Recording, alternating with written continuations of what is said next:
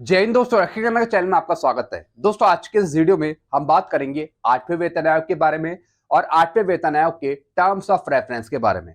दोस्तों अभी 22 अप्रैल को जेसीएम की नेशनल स्टाफ साइड काउंसिल के मेंबर्स की एक मीटिंग हुई है 8 सीपीसी को लेकर नई दिल्ली में।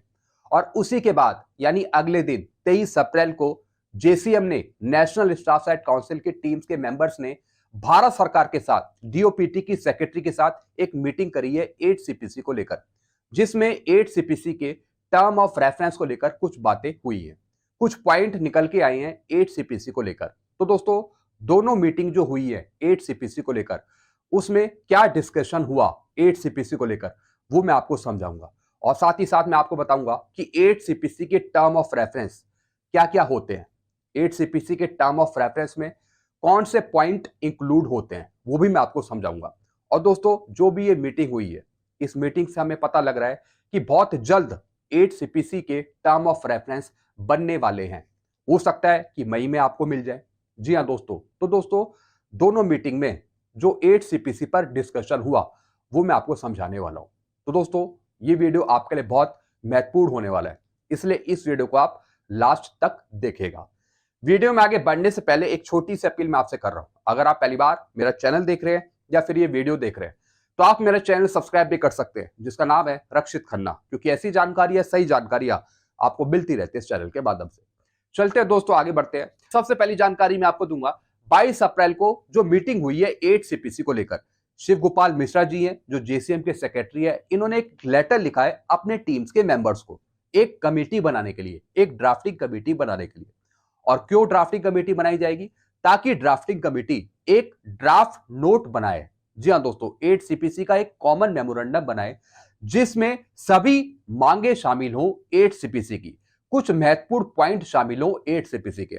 और दोस्तों जब ये कॉमन मेमोरेंडम बना लिए जाएंगे, फिर ये कॉमन मेमोरेंडम पूरा एक ड्राफ्ट नोट भेजा जाएगा 8 सीपीसी को, 8वें वेतन आयोग को। जब भारत सरकार 8वां वेतन आयोग बिठाएगी या फिर 8वें वेतन आयोग पर काम करने के लिए अध्यक्षों की नियुक्ति करेगी। अब दोस्तों इस कॉमन मेमोरेंडम में जो कि एक ड्राफ्टिंग कमेटी बनाएगी, अब इसमें कौन कौन से पॉइंट शामिल होंगे 8 सीपीसी के, ये समझना बहुत जरूरी है। अब दोस्तों इसमें जो पॉइंट्स होंगे वो होंगे न्यूनतम वेतन, मिनिमम पे, फिर दोस्तों वेतनमान, पे स्केल, फिर दोस्तों फिटमेंट फैक्टर, फिर दोस्तों अलाउंसेस भत्ते, फिर पदोन्नति नीति, प्रमोशन पॉलिसी और पेंशन लाभ यानी पेंशनरी बेनिफिट। ये दोस्तों सब मुद्दे शामिल होंगे एक कॉमन मेमोरेंडम में, जो दोस्तों कॉमन मेमोरेंडम बनाया जाएगा एक ड्राफ्टिंग कमेटी के द्वारा। अब दोस्तों इसमें कुछ और ऑर्गेनाइजेशन है, उनके अकाउंट ऑफिसर, लेखा अधिकारी भी शामिल किए जाएंगे। जी हाँ दोस्तों, जो और ऑर्गेनाइजेशन है, जो कर्मचारी पक्ष की और ऑर्गेनाइजेशन है, उनके टीम्स के मेंबर भी शामिल किए जाएंगे। और दोस्तों जो टीम्स के मेंबर शामिल किए जाएंगे उनके नाम नॉमिनेट किए जाएंगे कब तक? 30 अप्रैल 2025 तक।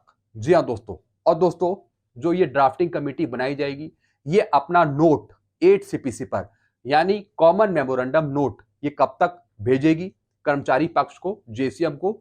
20 मई 2025 तक। जी हां दोस्तों, 20 मई 2025 तक या फिर उससे पहले ये कॉमन मेमोरेंडम दे देगी जेसीएम को, ताकि दोस्तों बाद में जो ये नोट है ये भारत सरकार को दिया जाए, 8 सीपीसी को दिया जाए।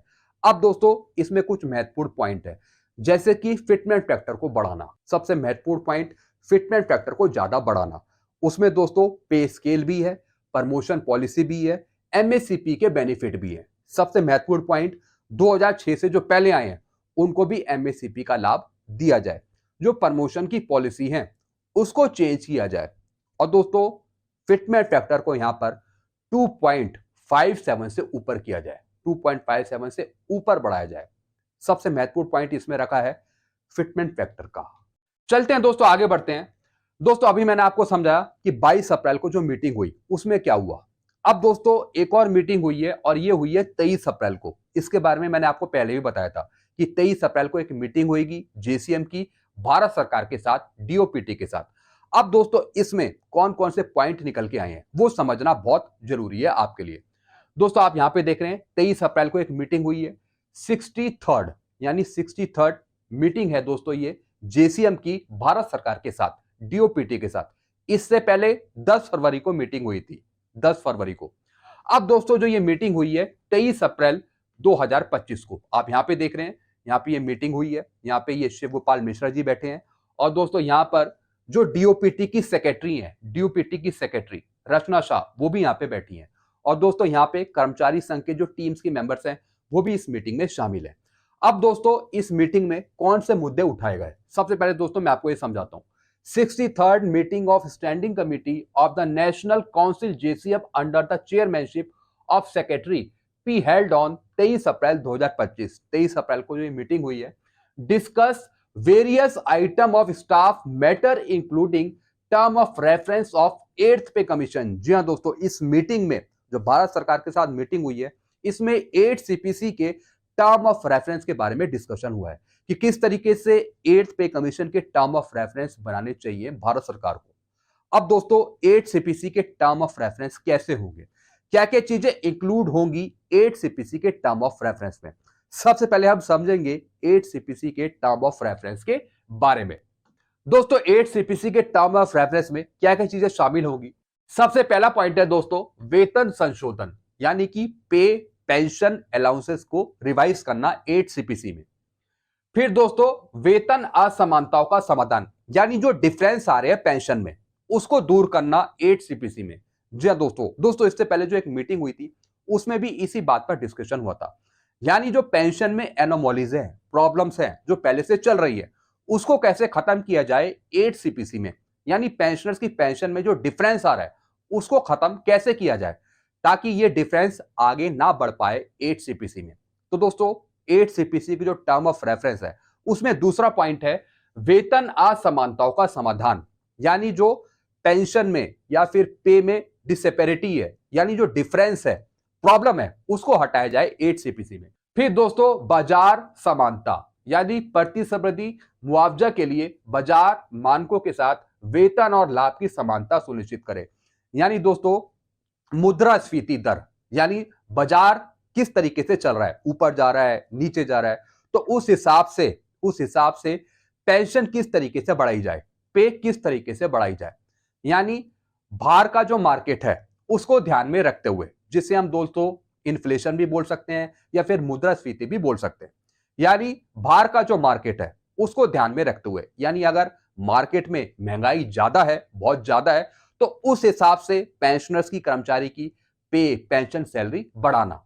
जी हाँ दोस्तों, यानी बाहर के मार्केट को ध्यान में रखते हुए। फिर दोस्तों आगे का लिखा है पेंशन और सेवानिवृत्ति लाभ, पेंशन योजनाओं में सुधार करा जाए, यानी जो पेंशन में जो प्रॉब्लम्स है उसमें सुधार किया जाए, और मुद्रास्फीति के विरुद्ध, यानी जो इन्फ्लेशन रेट है उसके विरुद्ध जाकर पेंशन को सही तरीके से बनाया जाए। जी हाँ दोस्तों, यानी जो इन्फ्लेशन रेट है, जो बाहर कहीं ना कहीं महंगाई हमें देखने को मिलती है, तो उसके विरुद्ध जाकर, उसके अगेंस्ट जाकर पे और पेंशन सही तरीके से बढ़ाई जाए 8 सीपीसी में। फिर दोस्तों आर्थिक प्रभाव विश्लेषण, उपभोग को बढ़ावा देने और आर्थिक विकास को समर्थन देने के लिए वेतन और भत्ते में संशोधन का प्रस्ताव। जी हाँ दोस्तों, यानी जो आर्थिक विकास है, जो देश का आर्थिक विकास है, उस पर भी इसका असर पड़ना चाहिए, पे और पेंशन बढ़ने का, क्योंकि दोस्तों जब पे और पेंशन बढ़ेगी तो देश की जो इकोनॉमिक कंडीशन है वो भी कहीं ना कहीं दोस्तों दुरुस्त होगी, बेहतर होगी। मोदी जी ने पहले खुद कहा है इस पे कि हम 8वां वेतन आयोग इसलिए भी दे रहे हैं ताकि देश की जो आर्थिक स्थिति है, इकोनॉमिक कंडीशन है, वो भी अच्छी खासी सुदृढ़ हो, यानी अच्छी खासी वो बने। फिर दोस्तों हितधारक परामर्श, यानी जो स्टेक होल्डर्स हैं, जो अलग अलग स्टेट के मिनिस्टर्स हो गए या फिर जो स्टेक होल्डर्स हो गए, उनके साथ दोस्तों बातचीत करना, मीटिंग करना, सिफारिशों को अंतिम रूप देने से पहले केंद्र और राज्य सरकार तथा हितधारकों के साथ बातचीत करना, स्टेक होल्डर्स के साथ मीटिंग आयोजित करना। तो दोस्तों ये सब चीजें 8 सीपीसी के टर्म ऑफ रेफरेंस में आती है। तो दोस्तों यही सब मुद्दे उठे इस मीटिंग में, जो 23 अप्रैल को मीटिंग हुई है भारत सरकार के साथ, ये सब मुद्दे उठाए गए जेसीएम के द्वारा। अब दोस्तों इसके अलग एक और रिपोर्ट आई है मेरे पास, वो भी मैं आपको समझाना चाहूंगा।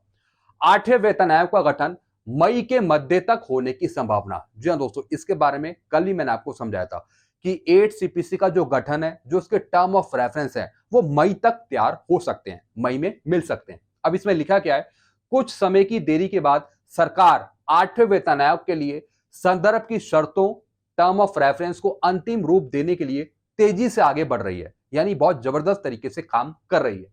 आधिकारिक सूत्रों से पता चला है कि आयोग के अध्यक्ष और सदस्य की नियुक्ति के साथ साथ संदर्भ की शर्तें टर्म ऑफ रेफरेंस को अगले 2 से 3 सप्ताह के भीतर अंतिम रूप दे दिया जाएगा। जी हाँ दोस्तों, यानी अगले 2 से 3 सप्ताह, यानी मई मिड तक, मई के मध्य तक। आमतौर पर आर्थिक स्थितियों, क्रय शक्ति, खर्च करने की आदतों, मूल स्तर को ध्यान में रखते हुए केंद्र सरकार के कर्मचारियों के वेतन पेंशन को हर 10 साल में संशोधित किया जाता है। ये तो आपको पता ही है। पे कमीशन 10 साल में एक बार बैठता है, वो आपकी पे पेंशन रिवाइज करता है। आगामी आयोग को केंद्र और राज्य सरकार के साथ साथ सार्वजनिक क्षेत्र के उद्यमों सहित विभिन्न हितधारकों के साथ व्यापक चर्चा के बाद अपनी सिफारिशें तैयार करने के लिए कम से कम 1 वर्ष का समय दिया जा सकता है। यानी दोस्तों, जो भी ये काम है, इसमें ज्यादातर 1 से 1.5 साल, 2 साल का समय लगता है सिफारिशें सौंपने पर या फिर सिफारिशें तैयार करने पर।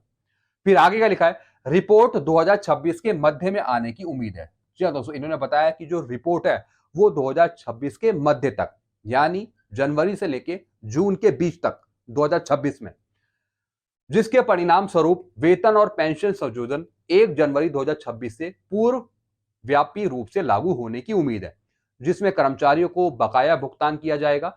इस उद्देश्य के लिए हर दशक में एक बार केंद्रीय वेतन आयोग की स्थापना की जाती है। दोस्तों, मिलना तो आपको 1 जनवरी 2026 से है। पूरा बेनिफिट आपको 1 जनवरी 2026 से मिलेगा। भले ही भारत सरकार उसे अप्रैल में लागू करे, जून में करे या फिर 2027 में लागू करे, आपको जो पुराना एरियर है, बकाया है 1 जनवरी 2026 से, वो आपको दे दिया जाएगा सूद समेत। उसमें कोई टेंशन की बात नहीं है। तो दोस्तों, ये सब चीजें इस मीटिंग में उठाई गई। सबसे पहले दोस्तों, टर्म ऑफ रेफरेंस उठाए गए 8 सीपीसी के। दोस्तों, 8 सीपीसी पर जितनी भी खबरें आ रही हैं, उसमें ऐसा लग रहा है कि 8 सीपीसी पर कहीं ना कहीं जागरूक है भारत सरकार। जी हाँ दोस्तों, यानी कुछ ना कुछ काम हो रहा है। मीटिंग आयोजित हो रही है भारत सरकार के साथ, जो तमाम संगठन है वो भी मीटिंग कर रहे हैं। भारत सरकार वैकेंसी का नोटिफिकेशन निकाल रही है 8 सीपीसी पर काम करने के लिए, यानी सब तरीके से एक्टिव है भारत सरकार या फिर संगठन।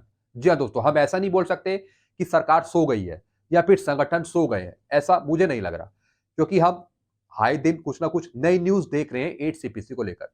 कभी ये मीटिंग हो रही है, कभी टर्म ऑफ रेफरेंस के बारे में बातचीत हो रही है, फिटमेंट फैक्टर के बारे में बातचीत हो रही है, भारत सरकार वैकेंसी निकाल रही है, यानी सब कुछ एक्टिव हमें दिखाई दे रहा है। सब कुछ हमें लग रहा है कि हाँ, चल रहा है। बस अब इस पे काम स्टार्ट हो जाए और खत्म हो जाए, वो सबसे इंपॉर्टेंट बात होगी।